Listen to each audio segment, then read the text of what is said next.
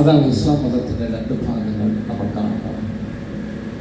ജീവിത സമർപ്പണം എന്ന് പറയുമ്പോൾ നമ്മളുടെ ജീവിതത്തിൽ ചെയ്യേണ്ട നിഷ്ഠകൾ അതൊരു വ്യതിയാനവും വരാതെ ഭംഗിയായി നിറവേറ്റി പോകുന്ന ഇസ്ലാം രീതിയെക്കുറിച്ചാണ് ഞാൻ ഓർമ്മിച്ചത്.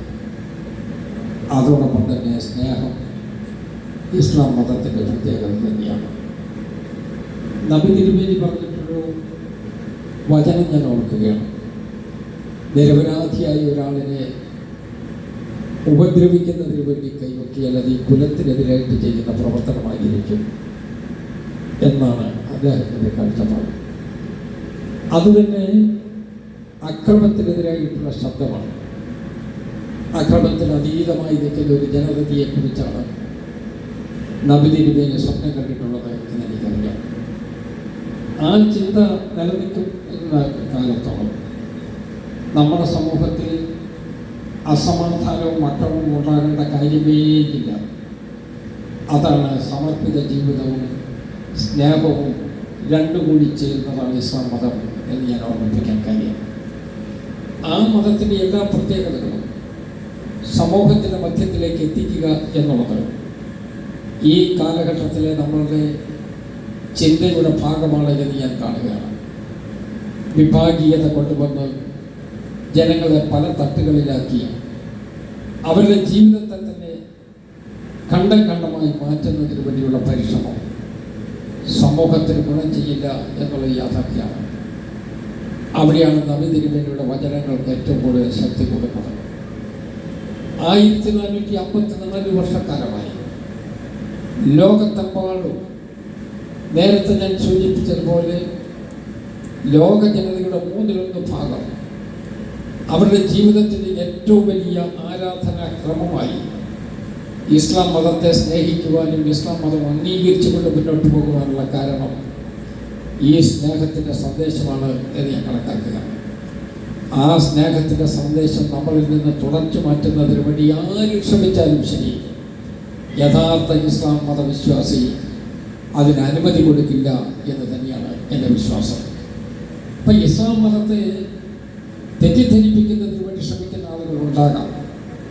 പക്ഷേ അതിനകത്ത് വഴുതി വീഴാതിരിക്കുക എന്നുള്ളത് യഥാർത്ഥ ഇസ്ലാം മത വിശ്വാസിയുടെ ചിന്തയുടെ ഭാഗമാണ് എന്ന് ഞാൻ കണക്കാക്കുകയാണ്.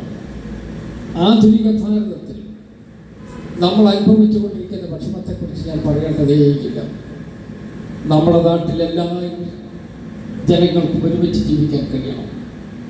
അതെവിടെ ജനിച്ചു എന്നുള്ളതല്ല, ഏത് മതത്തിൽ ജനിച്ചു എന്നുള്ളതല്ല, ഏത് കുടുംബത്തിൽ ജനിച്ചു എന്നുള്ളതല്ല. ഇന്ത്യൻ ഭരണഘടനയ്ക്ക് കീഴിലുള്ള ഓരോ പൗരനും തുല്യാവകാശത്തോടുകൂടി മുന്നോട്ട് പോകുവാനുള്ള എല്ലാ വിധത്തിലുള്ള സ്വാതന്ത്ര്യമുണ്ട്. ആ സ്വാതന്ത്ര്യത്തെ ഹനിക്കാൻ നമുക്ക് സാധ്യമല്ല. ഇന്ത്യയുടെ ചരിത്രം അറിയാത്ത ആളുകളാണ് ഈ രൂപത്തിൽ വിഭാഗീയതയോടുകൂടി സംസാരിച്ചുകൊണ്ടിരിക്കുന്നത്. ഇന്ത്യ രാജ്യം എന്ന് പറയുന്നത് ഇന്ന് നമ്മൾ ഭൂമിശാസ്ത്രപരമായി കാണുന്ന ഒരു ചിത്രം മാത്രമല്ല, ആ ചിത്രത്തെക്കാൾ അപ്പുറത്താണ് മഹാരാജ്യമായി ഇന്ത്യ ഉണ്ടായിരുന്നത്. അതിനകത്ത് ഇസ്ലാം മതവിശ്വാസികൾക്ക് എത്രയോ വലിയ പങ്കാളിത്തമുണ്ടായിരുന്നു എന്ന് ഞാൻ പറയേണ്ട കാര്യമില്ല. കാലം കൊണ്ട് ചിലതൊക്കെ നമ്മളിൽ നിന്ന് വഴുതി പോയിട്ടുണ്ടാകാം ചില പ്രദേശങ്ങൾ. പക്ഷേ ഇസ്ലാം മതവിശ്വാസം ഒരിക്കലും വഴുതി പോകില്ല. അത് ഹൃദയത്തിൽ ആഞ്ഞ് തറച്ചു നിൽക്കുന്ന ഒന്നാണ് എന്ന് തന്നെ ഞാൻ കണക്കാക്കുകയാണ്. അതുകൊണ്ട് ഇസ്ലാം മതവിശ്വാസമുള്ള ആള് ഈ രാജ്യത്തിൻ്റെ ഉത്തമ പൗരനായി മുന്നോട്ട് പോകാൻ കഴിയും. നിങ്ങൾക്ക് സ്വാതന്ത്ര്യത്തിന് ശേഷമുള്ള ഒന്നാം ഗവൺമെൻറ്റിനും പിന്നീടുള്ള ഗവൺമെൻറ്റുകളിലും ഇസ്ലാം മതവിശ്വാസികൾക്ക് കിട്ടേണ്ട എല്ലാ കാര്യങ്ങളും പൂർണ്ണമായി ചെയ്യണമെന്നുള്ളതായിരുന്നു ഭരണഘടനയ്ക്കകത്ത് ഉറപ്പ് നൽകിയിട്ടുള്ളത്. ആ ഭരണഘടന പോലും സത്യപ്രതിജ്ഞ ചെയ്യുന്നതിന് വേണ്ടി മാത്രം വിനിയോഗിക്കുന്ന ഒരു ആയുധമായി കണ്ടാൽ പിന്നെ നമുക്കതിനെക്കുറിച്ചൊന്നും പറയാനില്ല. അത് നമ്മളുടെ ജീവിത വിശ്വാസമാണ്. ആ ശ്വാസത്തെ നമുക്ക് നിലയ്ക്കാൻ സമ്മതിച്ചുകൂടാ. അതുകൊണ്ട് ഇന്ത്യയിലെ ഇസ്ലാം മതവിശ്വാസികൾ യഥാർത്ഥത്തിൽ ഇന്ത്യയുടെ എല്ലാ വിധത്തിലുള്ള വികസനത്തിനും വേണ്ടി പ്രവർത്തിച്ചു കൊണ്ടിരിക്കുകയാണ്. നാടിൻ്റെ വികസനം എന്ന് പറയുന്നത് ഏതെങ്കിലും 4-5 വിഭാഗത്തിൻ്റെ വികസനമല്ല, നാനാവിധത്തിലും പ്രവർത്തിച്ചു കൊണ്ടിരിക്കുന്ന ആളുകളുടെ മൊത്തം വികസനമായി നമ്മൾ കാണുകയാണ്. അതുകൊണ്ട് ഇസ്ലാം മതവിശ്വാസം സ്നേഹത്തിൻ്റെ സന്ദേശം, സമർപ്പണത്തിൻ്റെ സന്ദേശം അത് ഈ കാലഘട്ടത്തിൻ്റെ ആവശ്യമാണ് എന്ന് ഞാൻ ഓർക്കുകയാണ്. ഒരു വാക്കുകൂടി പറയുന്നത് എൻ്റെ ചിന്തയ്ക്കപ്പുറത്താണോ എന്നെനിക്കറിയില്ല. ഇന്നത്തെ കാലഘട്ടത്തിൽ ഇസ്ലാം മതവിശ്വാസത്തെ ഏറ്റവും കൂടുതൽ പ്രബലമായി പിന്തുണച്ചുകൊണ്ടിരിക്കുന്ന വ്യക്തികൾ നമ്മുടെ മുമ്പിലുണ്ട്, പ്രസ്ഥാനങ്ങൾ നമ്മുടെ മുമ്പിലുണ്ട്. അത് കണ്ടറിയുവാനുള്ള ഒരു ഉൾക്കരുത്ത് സമൂഹത്തിനുണ്ടാകും എന്ന് തന്നെ ഞാൻ കണക്കാക്കുകയാണ്. ആ ഉൾക്കരുത്ത് നമുക്കില്ലാതെ പോയി നമ്മുടെ രാജ്യം വീണ്ടും ശിഥിലമായി പോകും. നമ്മുടെ രാജ്യത്ത് ഏകീകരണം വേണമെന്ന് പറയുമ്പോൾ എല്ലാ മതവിശ്വാസികളും ഇസ്ലാം മതവിശ്വാസമടക്കം ഇന്ത്യയിലെ 2ാമത്തെ മതമായിട്ടാണ് ഇസ്ലാം മതം നിൽക്കുന്നത്. ലോകത്തെ ഏറ്റവും വലിയ മതമായിട്ടാണ് ഇസ്ലാം മതം നിൽക്കുന്നത്.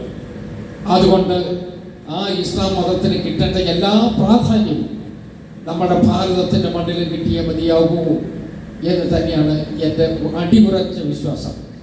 ഇപ്പം ചില ആളുകൾ പരിഷ്കരണവാദികൾ പലതും പറഞ്ഞുകൊണ്ടേയിരിക്കും. ഞാൻ ആ വാദത്തോട് യോജിക്കുന്ന ആളല്ല, ഞാനതിൻ്റെ വിശദാംശങ്ങളിലേക്ക് പോകുന്നില്ല. പക്ഷേ യഥാർത്ഥ ചിന്താഗതി എന്താണ്, നല്ലതേത് തീയതേത്, അത് മനസ്സിലാക്കാനുള്ള ഒരു ത്രാണി ഇന്ത്യൻ ഇസ്ലാം സമൂഹത്തിനുണ്ട് എന്നുള്ള പരിപൂർണ്ണ വിശ്വാസമാണ് എനിക്കുള്ളത്.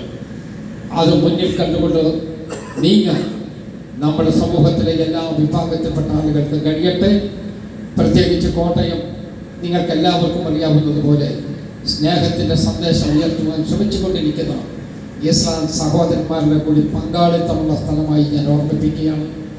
അത് ഭംഗിയായി മുന്നോട്ട് പോകാൻ ഇടയാവട്ടെ എന്നൊരിക്കൽ കൂടി പ്രാർത്ഥിച്ചുകൊണ്ട് ഇസ്ലാം മതവിശ്വാസം സ്നേഹത്തിൻ്റെ വിശ്വാസമായി, സമർപ്പണത്തിൻ്റെ വിശ്വാസമായി, വ്യക്തിഗതമായ ശുദ്ധി നിലനിർത്തുന്നതിൻ്റെ വിശ്വാസമായി മുന്നോട്ട് കൊണ്ടുപോകാൻ ഇടയാവട്ടെ.